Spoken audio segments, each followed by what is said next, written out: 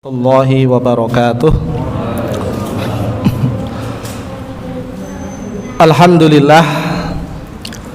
Alhamdulillahilladzi hadana lihadza wa ma kunna linahtadiya laula an hadanallah. Asyhadu an la ilaha illallah wahdahu la syarikalah wa asyhadu anna Muhammadan abduhu wa rasuluh sallallahu alaihi wa ala alihi wa ashabihi wa man tabi'ahum bi ihsanin ila yaumiddin, amma ba'd. Ma'asyiral muslimin, jamaah sekalian rahimani wa rahimakumullah. Alhamdulillah, segala puji syukur marilah senantiasa kita panjatkan kehadirat Allah Subhanahu wa ta'ala, yang mana Allah Subhanahu wa ta'ala masih memberikan kepada kita kenikmatan yang begitu banyak, sehingga di antara kenikmatan yang Allah berikan kepada kita masih dimudahkan oleh Allah Subhanahu wa ta'ala untuk bisa menghadiri majelis ilmu. Kemudian salawat serta salam marilah senantiasa kita curahkan kepada uswah kita Nabi Muhammad sallallahu alaihi wasallam, kepada keluarganya, para sahabatnya, dan orang-orang yang mengikuti jejak beliau hingga hari kiamat kelak. Ma'asyiral muslimin, jamaah sekalian rahimani wa rahimakumullah, melanjutkan pengajian kita membahas kisah-kisah di dalam Al-Quran. Pada pertemuan yang telah lalu kita telah menjelaskan dan menyelesaikan tentang kisah Ashabul Ukhdud, yang mana Allah abadikan kisah tersebut di dalam surat Al-Buruj. Sekarang kita masuk kepada kisah yang selanjutnya, yaitu kisah Abdullah bin Ummi Maktum, yang mana kisah ini tersirat di dalam surat Abasa, juz yang ke-30, itu setelah surat An-Nazi'at. Walaupun di situ tidak disebutkan nama Abdullah bin Ummi Maktum secara langsung, akan tetapi di situ terdapat kisah yang menyebutkan bahwa Nabi Shallallahu Alaihi Wasallam mendapatkan teguran dari Allah Subhanahu wa Ta'ala ketika berpaling dari Abdullah bin Ummi Maktum.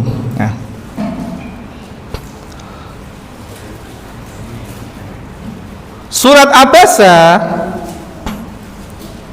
sebenarnya terdiri dari 41 ayat. Akan tetapi yang berkaitan dengan teguran Nabi Shallallahu Alaihi Wasallam karena perilaku beliau Shallallahu Alaihi Wasallam kepada Abdullah bin Ummi Maktum itu ada di dalam ayat 1 sampai 16, Pak. Dan kalau kita baca terjemahannya, kita baca terjemahan dari ayat ini, maka hanya disebutkan di situ orang yang buta, a'ma, gitu Pak. Abasa wa tawalla an ja'ahul a'ma. Dia telah berpaling dan dia telah bermuka masam dan berpaling ketika datang kepadanya orang yang buta. Kalau kita hanya mempelajari Al-Quran dari terjemahannya saja, Pak, maka akan ngambang. Kita tidak akan bisa mengetahui makna yang tepat dari ayat Al-Quran ini kalau hanya melihat dari terjemahannya saja. Akan tetapi bagaimana seharusnya kalau kita ingin mengetahui makna ayat dengan tepat, ya kita lihat penjelasan Nabi Shallallahu Alaihi Wasallam tentang ayat tersebut. Sering kita ulang begitu, Pak, karena Nabi Shallallahu Alaihi Wasallam itu orang yang paling paham dengan makna Al-Quran. Dan apapun yang berkaitan dengan makna Al-Quran yang sekiranya di situ butuh penjelasan, Nabi Shallallahu Alaihi Wasallam telah menjelaskannya kepada para sahabat dan sudah diabadikan, ditulis rapi oleh para ulama hadis, ditulis rapi oleh para ulama tafsir. Tinggal kita merujuknya, Pak. Tinggal kita membukanya dan membacanya. Insya Allah kita akan mendapatkan makna yang tepat dari Al-Quran. Ini sebab turunnya ayat ini, Pak. Sebab turunnya ayat ini. Kalau kita baca kitab-kitab tafsir, mulai dari tafsir Al-Baghawi, tafsir Al-Qurtubi, tafsir Ibnu Katsir, itu tafsir-tafsir ulama yang terdahulu. Demikian juga tafsir As-Sa'di, ulama mutaakhirin. Itu semuanya sepakat bahwa ayat ini turun berkaitan dengan Nabi yang bermuka masam dan berpaling dari Abdullah bin Umi Maktum. Kenapa Nabi waktu itu bermuka masam dan berpaling dari Abdullah bin Umi Maktum? Tentu ada penyebabnya, Pak. Tentu ada penyebabnya. Dan ayat yang ke-1 sampai ayat yang ke-16 itu merupakan ayat-ayat yang berkaitan dengan teguran ini. Adapun selanjutnya itu sudah berbeda topik. Dari sini kita bisa menyimpulkan bahwa Nabi Shallallahu Alaihi Wasallam itu betul-betul manusia yang maksum, yang betul-betul dijaga langsung oleh Allah, Pak. Ketika Nabi melakukan kesalahan, langsung turun ayat yang mengingatkan tentang kesalahan yang beliau lakukan, Pak. Sehingga kalau misalkan Nabi melakukan sesuatu kemudian kok tidak ada ayat yang menegur, berarti yang dilakukan Nabi benar. Kalau seandainya salah, mesti akan ada ayat yang turun, Pak. Mesti akan ada teguran langsung dari Allah Subhanahu wa Ta'ala. Dan ini khusus bagi para nabi dan para rasul. Adapun manusia selain nabi dan selain rasul itu tidak maksum. Tidak maksum itu artinya apa? Ya mesti terjerumus ke dalam dosa. Nabi saja sampai mengatakan dalam sebuah hadis riwayat Imam Muslim, kullu bani Adam khata, seluruh anak manusia itu khata. Khata itu siyagul mubalaghah dalam bahasa Arabnya. Artinya apa? Sering melakukan kesalahan, Pak. Sehingga dari sini bisa kita ambil kesimpulan juga bahwasanya selain nabi itu juga berpotensi melakukan kesalahan. Wong nabi saja pernah melakukan kesalahan. Cuma bedanya kalau nabi langsung ditegur sama Allah. Sehingga kalau ada orang yang sampai mengkultuskan tokohnya, sampai mengkultuskan panutannya, sampai mengatakan apa saja yang dilakukan oleh panutannya itu mesti benar, padahal melanggar syariat, ya tentu ini kita katakan ya salah. Kalau melanggar apa? Syariat, Pak. Dia bukan nabi, dia bukan rasul. Kalau dia melakukan kesalahan ya wajar. Akan tetapi kalau misalkan kesalahan itu tidak dianggap kesalahan, nah ini yang bermasalah, Pak. Ini yang bermasalah. Kemarin kan waktu daurah sama Syekh Ibrahim Ar-Ruhaili gitu kan, Hafidhullah, disebutkan kan tentang wali gitu kan, Pak. Tentang wali, pemahaman tentang wali itu kan disebutkan itu. Di antaranya apa? Yang namanya wali itu juga tidak maksum, pasti melakukan kesalahan, pasti melakukan dosa. Demikian juga kalau misalkan dia melakukan kesalahan, dia melakukan dosa, dan itu betul-betul melanggar syariat, ya kita katakan dia melakukan kesalahan. Jangan kemudian tetap kita bela. Jangan kemudian kita tetap kekeh itu mesti benar. Ini diantara faedah, Pak, bahwa Nabi Shallallahu Alaihi Wasallam diantara bentuk kemaksuman beliau adalah apa? Allah tegur ketika Nabi melakukan apa? Kesalahan. Sehingga perbuatan Nabi Shallallahu Alaihi Wasallam yang dulu pernah terjadi dan tidak ada teguran, berarti itu dihukumi apa? Benar, Pak. Walaupun ada orang yang mengatakan itu Nabi keliru, itu Nabi salah, itu yang dilakukan Nabi enggak cocok. Lebih pintar mana antara kita dengan Nabi? Ketika Nabi tidak mendapatkan teguran, ya sudah, berarti itu yang dilakukan Nabi apa? Betul. Makanya ketika perang Badar, ketika Nabi bermusyawarah dengan para sahabatnya, kemudian Nabi mengusulkan supaya pasukan perang berada di sini gitu. Maka Umar bin Khattab bertanya, wahai Nabi, ini wahyu atau cuma pendapatmu wahai Nabi gitu. Kalau misalkan wahyu, Umar nggak berani nyanggah. Kenapa? Karena ini mesti petunjuk dari Allah. Tapi kalau misalkan ini hanya pendapat murni dari Nabi, maka Umar bisa berani apa? Berpendapat. Akhirnya Nabi mengatakan, enggak, ini bukan wahyu, ini hanya pendapat pribadiku. Lalu Umar pun mengusulkan pendapatnya, kalau menurut saya wahai Rasulullah, kurang tepat kalau kita letakkan pasukan di sini. Akhirnya Umar pun mengutarakan pendapatnya dan diterima oleh Nabi. Ternyata pendapatnya Umar lebih cocok gitu, Pak. Ini tentang sebab turunnya ayat ini. Kemudian Abdullah bin Umi Maktum, gitu ya.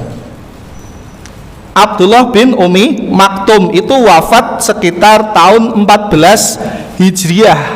Berarti wafat setelah Nabi Shallallahu Alaihi Wasallam. Dan dikisahkan di dalam kitab-kitab sirah bahwa beliau wafat, Abdullah bin Umi Maktum, ketika ikut perang melawan Persia di zaman Khalifah Umar bin Khattab. Pada waktu terjadi namanya perang Qadisiyah, Pak. Panglima perangnya Abu Ubaidah bin Jarrah. Abdullah bin Umi Maktum orang yang buta. Dari namanya saja sudah ketahuan buta, Pak. Kok bisa? Nah, bin Umi Maktum, mana yang artinya buta, Pak? Maktum. Kalau dengan belajar bahasa Arab tahu, maktum itu artinya yang ditutupi, dari asal kata mayat tumu, menyembunyikan, menutupi. Maktum berarti isim nopo? Yang belajar bahasa Arab, Pak, maf'ul. Nah, yang ditutupi. Umi Maktum, kenapa kok disebut Umi Maktum? Di sini saya sudah sembuat itu. Nah, ini kenapa dijuluki Ibnu Maktum? Ibunya itu namanya Atikah binti Abdullah. Ibunya diberi gelar Umi Maktum. Kenapa? Karena si Abdullah ini lahir dalam keadaan buta. Oh, itu ibunya anak yang buta gitu, Pak. Lah terus kenapa kok binnya enggak ke bapaknya? Harusnya kalau bin itu kan ke bapaknya. Apakah Abdullah bin Umi Maktum enggak punya bapak seperti siapa yang enggak punya bapak? Nabi Isa. Nabi Isa kan Isa bin Maryam. Maryam kan ibunya. Kenapa Abdullah bin Umi Maktum disandarkan ke ibunya gitu, Pak? Kenapa enggak ke bapaknya? Bapaknya kemana? Apakah dia seperti Nabi Isa gitu kan? Atau bapaknya nggak mengakui, nggak tanggung jawab gitu, kabur gitu? Enggak, Pak. Kenapa? Karena ibunya ini sudah masyhur. Masyhur itu nopo? Sudah terkenal. Ini orang bayi yang sejak lahir sudah apa? Buta. Nah, ketika ada anak ini ketemu yang buta sejak lahir, oh, kamu anaknya siapa? Oh, anaknya itu toh, Umi Maktum gitu loh. Jadi ibunya itu sudah masyhur dulu daripada bapaknya. Bapaknya itu namanya Qais. Bapaknya namanya Qais bin Syuraih. Walaupun ada ulama lainnya mengatakan namanya Syuraih gitu. Ini khilaf para ulama. Kalau siapa dalam tafsir Al-Baghawi, Imam Al-Baghawi itu mengatakan bahwa bapaknya nama aslinya adalah Syuraih, nama aslinya Syuraih. Dan apa namanya, bin kepada orang yang lebih masyhur itu di zaman dulu banyak, Pak. Banyak sekali. Seperti contoh Ibnul Qayyim, ulama masyhur kan, Pak. Apakah bapaknya namanya Qayyim? Bukan. Qayyim itu artinya apa? Secara bahasa Arab, kepala madrasah, mudir, sebenarnya mudir. Jadi kiai besar gitu, kepala madrasah. Bapaknya itu adalah seorang ulama yang merupakan pemimpin dari madrasah itu. Gelarnya Qayyim. Lah ketika ada orang ketemu, iki sopo bocah, ketika nggak tahu namanya karena dia terkenal bapaknya lebih terkenal, Pak. Orang makan, oh iki anake Pak Kepala. Oh iya, anaknya Pak Kepala, anaknya Pak Mudir, anaknya Mudir. Akhirnya masyhur dengan apa? Ibnul Qayyim.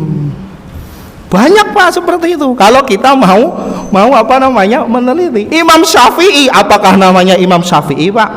Bukan kan? Namanya Muhammad bin Idris. Syafi'i itu siapa? Mbahnya dulu yang terkenal. Banyak seperti itu. Imam Adz-Dzahabi, apakah nama aslinya Adz-Dzahabi? Bukan. Kenapa disebut Adz-Dzahabi, Pak? Dzahabi itu artinya tukang bikin perhiasan dari emas. Bapaknya itu pengrajin perhiasan dari emas, Dzahabi. Nah, dia terkenal karena pengusaha emas terkenal. Oh, ini anaknya. Oh, ini anaknya Dzahabi, anaknya tukang emas. Dan itu sudah masyhur, Pak, masyhur. Mungkin zaman sekarang itu masih ada, terkadang kita gunakan seperti itu. Kowe anake sapa le? Aku anake iku lho, bapakku yang duwe toko bangunannya itu. Oh iya. Orang ngerti jenenge, tapi paling ngerti, oh toko bangunan ngono to. Iya. Anake ngono. Itu kan sering, Pak, kayak gitu. Kowe anake sapa le? Aku anake Bako Lele. Oh, Bako Lele pasar ngono. Iya. Itu sudah masyhur seperti itu, Pak. Nah, sama dengan Abdullah bin Umi Maktum, seperti itu. Jadi nama yang disematkan itu terkadang memiliki sejarah. Kenapa diberi nama seperti itu? Dan di zaman Nabi pun ada seperti itu. Abu Hurairah, apakah nama aslinya Abu Hurairah? Bukan kan, Pak? Abdurrahman bin Sokhar, tapi dijuluki sama Nabi menjadi apa?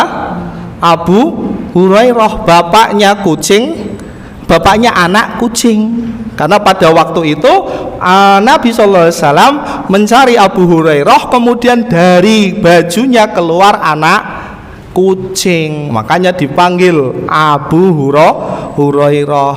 Ada sahabat namanya Abu Bakroh. Kalau kita terjemahkan, Abu Bakroh bapaknya kerekan. Dulu kan orang ngambil air ke sumur pakai kerekan, bapaknya kerekan. Apakah dia anaknya tukang pembuat kerekan? Belum tentu. Ternyata kisahnya dulu dia ketika belum beragama Islam turun dari benteng kaumnya untuk mendatangi Nabi. Nah, turun dari bentengnya ini pakai apa? Kerekan, Pak. Karena kan bentengnya kan tinggi. Arep melompat iki nek sikile tugel piye? Ora bisa kan. Arep mabur ya ora iso, ora sakti gitu ya. Turun pakai kerekan, akhirnya diberi nama Abu Bakroh. Nah, demikian juga dengan Abdullah bin Umi Maktum. Saya juga ketika membahas ini bingung, kok namanya Umi Maktum? Apakah bapaknya itu namanya Umi, ya kan?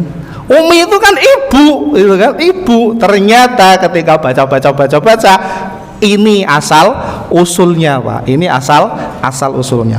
Dan namanya Abdullah bin Umi Maktum, nama aslinya bukan Abdullah, tapi nama aslinya adalah Umar atau Amr. Di situ ada perbedaan riwayat, Umar atau Amr. Yang ganti Abdullah siapa? Nabi, Pak. Yang ganti menjadi Abdullah adalah Nabi. Nah, ini sekilas tentang apa? Silsilah keluarga dan nama Abdullah bin Umi Maktum. Dan Abdullah bin Umi Maktum ini memiliki hubungan dekat dengan istri pertamanya Nabi, yaitu siapa? Khadijah bin Khuwailid. Siapanya? Itu anak pamannya. Jadi antara Khadijah dengan bapaknya Abdullah bin Umi Maktum itu saudaraan. Berarti kan keponakannya siapa? Khadijah. Itu keponakannya Khadijah. Ini apa namanya, silsilahnya Abdullah bin Umi Maktum. Kemudian kembali ke kisahnya dengan Nabi Shallallahu Alaihi Wasallam. Kalau kita baca apa namanya kitab-kitab tafsir, itu semuanya merujuk pada kisah ini, Pak. Sababun nuzul, kisah turunnya ayat ini, bahwa pada suatu hari Nabi Shallallahu Alaihi Wasallam sedang bertatap muka atau sedang ngobrol bertemu dengan siapa? Utbah bin Rabi'ah, Syaibah bin Rabi'ah, Amr bin Hisham atau Abu Jahal, kemudian Umayyah bin Khalaf, dan Walid bin Mughirah, bapaknya Khalid bin Walid. Dari nama-namanya saja sudah ketahuan siapa mereka itu, Pak. Pembesar-pembesar Quraisy. Pada waktu itu Nabi Shallallahu Alaihi Wasallam sedang berbincang dengan mereka. Ngapain? Ingin mendakwahkan Islam, berunding, bertukar pikiran. Beliau sangat ingin supaya mereka pembesar-pembesar Quraisy bisa menerima dakwah Islam dan menghentikan penganiayaan terhadap para sahabat. Kan dulu ketika awal-awal Islam banyak sahabat yang disiksa, Pak. Banyak yang disiksa, banyak sekali. Seperti keluarganya Ammar, kemudian Bilal dan lain sebagainya. Bahkan Abdullah bin Umi Maktum pun mengalami hal yang seperti itu, tapi tidak sampai seperti Bilal, tidak sampai seperti keluarganya Ammar. Rasulullah cerdas. Ini kalau pemimpin kaumnya bisa masuk Islam, maka rakyatnya biasanya akan apa? Ngikut, Pak. Jadi kalau pemimpinnya sudah menerima, maka apa namanya, rakyatnya itu lebih mudah, Pak. Jangan pernah dengar kisahnya siapa tuh ustadz yang dakwah di Papua itu, Pak? Ketika mendakwahi kepala sukunya masuk Islam, rakyatnya masuk Islam, enggak, Pak? Maksud Islam kan, Pak? Itu kan seperti itu. Nah, Rasulullah Shallallahu Alaihi Wasallam sedang konsentrasi dengan mereka. Tapi Abdullah bin Umi Maktum datang menemui Nabi, pengen belajar. Nah, Sementara beliau sedang berunding dengan sungguh-sungguh, tiba-tiba Abdullah bin Maktum datang mengganggu, minta dibacakan kepadanya ayat-ayat Al-Quran. Abdullah mengatakan, ya Rasulullah, ajarkanlah kepadaku ayat-ayat yang telah diajarkan Allah kepada Anda. Kenapa kok Abdullah bin Maktum sampai mengatakan seperti ini, Pak? Padahal Nabi sedang ada tamu istimewa. Kok lancang sekali Abdullah bin Maktum? Jawabannya apa, Pak? Abdullah bin Maktum buta, Pak. Namanya orang buta, apa tahu di sini ada Abu Jahal, ada siapa lagi tuh, Umayyah bin Khalaf. Namanya juga orang buta. Kalau seandainya dikasih tahu ini sedang ada tamu yang istimewa, sedang ini, ya akan menyingkir, Pak, akan menyingkir. Lah namanya juga orang buta, ya kan? Tidak bisa melihat, tidak tahu siapa yang ada di depannya. Dan memang Abdullah bin Maktum itu merupakan orang yang semangat untuk belajar dengan Nabi. Tapi dalam kondisi ini, ketika Nabi sedang ingin mendakwahi para pembesar Quraisy, kok tiba-tiba dia datang. Nah, Rasulullah pun juga memiliki sifat-sifat kemanusiaan, Pak. Ketika dia sedang ada tamu istimewa, sedang serius, ya kan?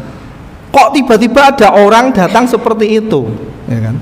Harusnya kan nanti dulu, gitu kan, Pak? Nanti dulu. Akan tetapi Rasulullah SAW terlengah memperdulikan pemerintahan Abdullah, bahkan beliau agak acuh kepada instruksinya, kepada permintaannya.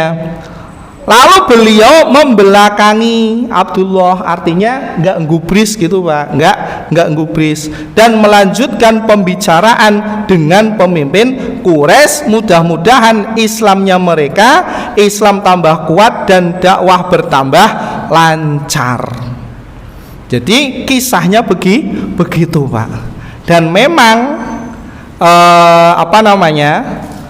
secara naluri kemanusiaan, ketika ada orang yang sedang ngobrol penting, apalagi yang diajak ngobrol orang yang penting juga, ketika ada seseorang yang datang kemudian dirasa ini kurang terlalu penting gitu, maka dia akan mengacuhkannya biasanya, Pak, nanti gitu kan, biasanya kan nanti gitu. Tapi karena dia orang yang buta, itu nggak dibilang nanti gitu, langsung aja begini, Pak, diacuhkan. Makanya ayat yang pertama turun adalah apa? Abasa wa tawalla. Nabi dia telah bermuka masam dan telah berpaling. Anja'ahul a'ma, ketika datang kepadanya orang buta. Di dalam ayat selanjutnya Allah mengatakan bahwa yang datang ini, yang buta ini, itu datang dengan niat serius untuk menuntut ilmu. Sedangkan ini orang-orang Quraisy, orang-orang kafir ini, kata Allah Subhanahu wa ta'ala, mereka itu orang-orang yang tidak butuh dengan Islam, tidak serius untuk menerima Islam. Buktinya sampai meninggal, apakah ada dari mereka yang masuk Islam, Pak? Tidak ada. Umayyah bin Khalaf, ya enggak. Abu Jahal, apa meneh, itu kan? Enggak ada yang masuk kecuali anaknya siapa tadi? Walid bin Mughirah, yang bernama Khalid bin Walid, itu yang masuk Islam, sedangkan yang lainnya enggak. Nah, di sini Allah mengingatkan kepada Nabi SAW, kalau ada orang yang betul-betul datang serius pengen belajar, walaupun dia orang bawah, walaupun dia orang kecil, layani. Ini orang-orang kaya itu sebenarnya nggak butuh banget. Ini maslahatnya jelas, sedangkan ini maslahatnya belum jelas. Makanya dalam kaidah fikih itu disebutkan bahwasanya la yutrok maslahatul haqiqah, maslahat yang haki dengan maslahat mutawahimah. Kalau sudah ada maslahat yang jelas, itu harus didahulukan daripada maslahat yang belum jelas. Contohnya nopo Pak penerapan kaidah ini Pak? Misalkan jenengan punya tabungan, tabungan. Nabung buat apa Ustadz? Nabung buat berangkat haji. Kapan Ustadz? Ya mbuh, pokoknya wis nabung. Wis kumpul 10 juta misalkan. Tiba-tiba orang tua jenengan sakit, masuk rumah sakit, butuh biaya untuk biaya rumah sakit. Nah ini ada dua Pak. Jenengan mau keluarkan biaya untuk ibu atau bapak yang di rumah sakit, atau duitnya tetap dicekel nggo mangkat kaji. Kira-kira maslahat yang sudah jelas yang mana Pak? Rumah sakit. Sedangkan mangkat kaji sudah jelas atau belum? Belum, itu masih lama nggak tahu. Wong nek daftar saiki yo mangkate 30 tahun meneh, gitu kan? Iku yo umure nyandak apa ora yo arti, gitu Pak. Sedangkan ini jelas. Orang tua lagi, butuh biaya lagi, darurat lagi. Ya sudah diambil Pak. Diambil. Atau misalkan kalau orang tua mungkin terlalu tinggi Pak, yo saudara kita mau pinjem buat apa? Buat biaya rumah sakit anaknya, adik kita. Mana yang didahulukan Pak? Kita punya tabungan nih 10 juta. Ini mau kita gunakan untuk haji atau untuk umroh, tapi mbuh daftarnya kapan urung genah. Ini ponakan kita jelas sedang masuk rumah sakit, butuh biaya. Kira-kira mana yang didahulukan Pak? Nah, kalau yang paham kaidah ini akan didahulukan nih yang betul-betul sudah jelas maslahatnya. Sama dengan Abdullah bin Umi Maktum dan orang-orang Quraisy itu. Ini Abdullah bin Umi Maktum wis jelas-jelas Islam, wis jelas-jelas semangat belajar. Ini betul-betul ingin mencari ilmu kepada Nabi. Sedangkan ini belum jelas. Itu teguran dari Allah Subhanahu wa ta'ala. Makanya setelah turun ayat ini Pak, nah kalau kita baca itu nggak pernah Nabi SAW mengacuhkan Abdullah bin Umi Maktum terus Pak. Ketika datang Abdullah bin Umi Maktum langsung disambut, suruh duduk, monggo gitu Pak. Kenapa? Sudah ditegur sama Allah gitu kan. Bahkan Nabi sering menunjuk Abdullah bin Umi Maktum sebagai apa? Sebagai pemimpin kota Madinah ketika Nabi berangkat perang, ya kan? Ketika Fathu Mekah, dari Madinah rombongan datang ke Mekah, siapa yang diangkat jadi pemimpin Madinah Pak? Abdullah bin Umi Maktum.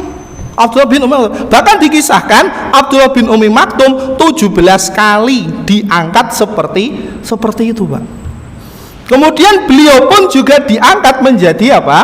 Muadzinnya Nabi. Jadi muadzinnya Nabi itu ada dua, Bilal dan Abdullah bin Umi Maktum. Dua Pak. Jadi nek Bilal sing adzan, berarti sing qomat sinten? Abdullah bin Umi Maktum. Atau ketika yang adzan Abdullah bin Umi Maktum, maka yang qomat Bilal. Dan ketika subuh, bagaimana riwayat yang sering kita dengar itu kan, tentang batasan makan sahur gitu kan. Ketika Nabi dan para sahabatnya mendengar Bilal adzan, maka Nabi mengatakan kulu wasrobu hatta yu'addina Ummi Maktum. Silakan makan dan minum sampai kalian mendengar adanya Abdullah bin Umi Maktum. Karena Abdullah bin Umi Maktum itu adzan ketika fajar sudah terbit gitu Pak. Ketika fajar sudah terbit. Jadi Abdullah bin Umi Maktum bukan sahabat yang sembarangan. Bahkan Abdullah bin Umi Maktum sering sekali menawarkan dirinya kepada Rasulullah SAW untuk ikut jihad. pengen melu perang. Diterima atau enggak, Pak? Ya ditolak lah, gitu kan? Ditolak, gitu kan? Walaupun dia memiliki kedudukan istimewa, tapi kan untuk perang, ya beliau enggak memiliki kedudukan istimewa. Tidak pernah diajak untuk perang, tapi Nabi memilih dia untuk menggantikan kepemimpinan di mana? Di Madinah. Wes ora samelu perang. Orang buta kalau ikut perang, kira-kira bisa membantu apa, Pak? Menyusahkan, ya kan? Menyusahkan. Jangan-jangan yang dibunuh dikiranya lawan, jebule bolone dhewe, ya kan? Namanya juga orang buta. Bahkan ketika turun ayat yang berkaitan tentang orang-orang munafik, gitu kan? La yastawil qaiduna minal muslimin. Apa saya Ustaz, Pak? Lupa apa ayatnya, Pak? Tidak sama antara orang yang duduk tidak ikut perang dengan orang-orang yang berperang di jalan Allah. Abdullah bin Umi Maktum tersinggung. Kenapa? Tidak ikut perang. Ketika Nabi bersama sekretarisnya, penulis Al-Quran siapa? Zaid bin Sabit. Zaid bin Sabit disuruh tulis. Akhirnya turun ayat itu.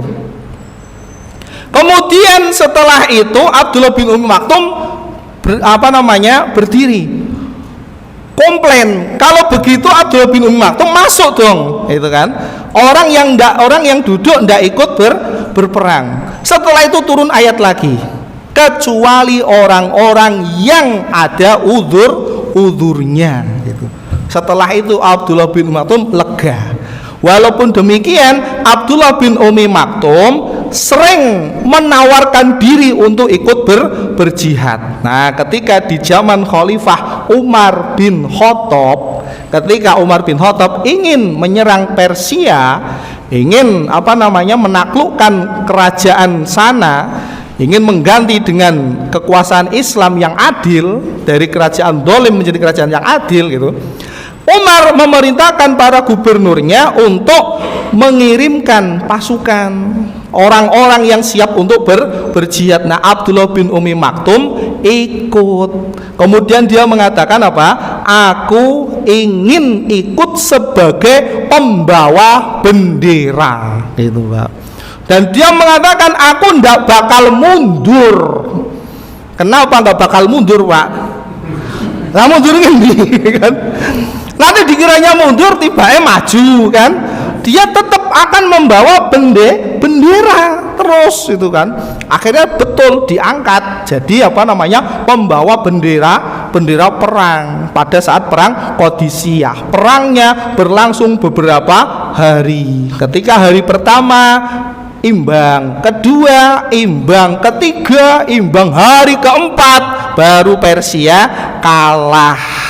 Dan ketika dicari mayat-mayat para sahabat yang syahid, ternyata ditemukan sahabat Abdullah bin Umi Maktum sambil membawa bendera. Bener, Pak, sampai mati nggak bakal mundur membawa bendera. Akhirnya dia termasuk orang-orang yang syahid. Dan dikisahkan dalam riwayat yang lain bahwa beliau pun juga termasuk as-sabiqunal awalun. Artinya apa? Orang-orang yang pertama masuk Islam. Bahkan beliau ikut hijrah ke Madinah. Sebelum Nabi datang ke Madinah, Abdullah bin Umi Maktum sudah duluan berada di Madinah bersama rombongan Mus'ab dan lain sebagainya. Sudah Isak belum, Pak? Belum ya? Sampun. Sudah. Udah itu, Pak. Tapi belum bunyi, Pak, ya. Nah, itu tentang kisah Abdullah bin Umi Maktum.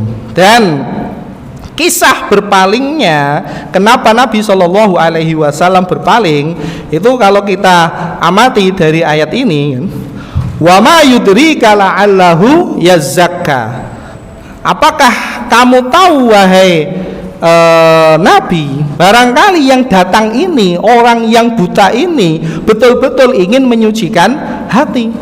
Au yadzakkaru fatanfa'ahu adzikra, atau dia itu orang-orang yang betul-betul ingin mengingat Allah melalui ilmu yang engkau berikan sehingga dia akan mendapatkan manfaat. Nah, kemudian di situ disebutkan tentang orang-orang kaya. Amma manistagna, adapun tuh orang-orang kaya yang tidak butuh dengan Islam, fa'angtalahu tasodda, kenapa kamu malah begitu serius dengan mereka? Wa ma'alaika alla yazakka, dan kamu pun juga tidak berdosa kalau seandainya dia tidak masuk Islam, ya kan?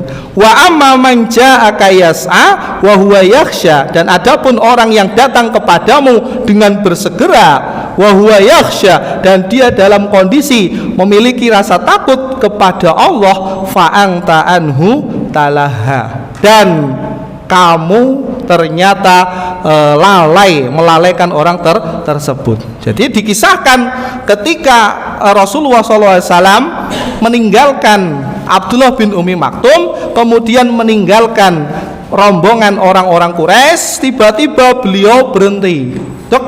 Kemudian tiba-tiba kepalanya pusing.